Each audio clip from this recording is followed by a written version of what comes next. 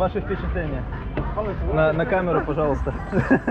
В общем, Оля сейчас покаталась на такой тихой, маленькой, романтичной, умиротворительной лодочке. Вот. И, Оля, что ты думаешь? Под машину только не надо кидаться сразу.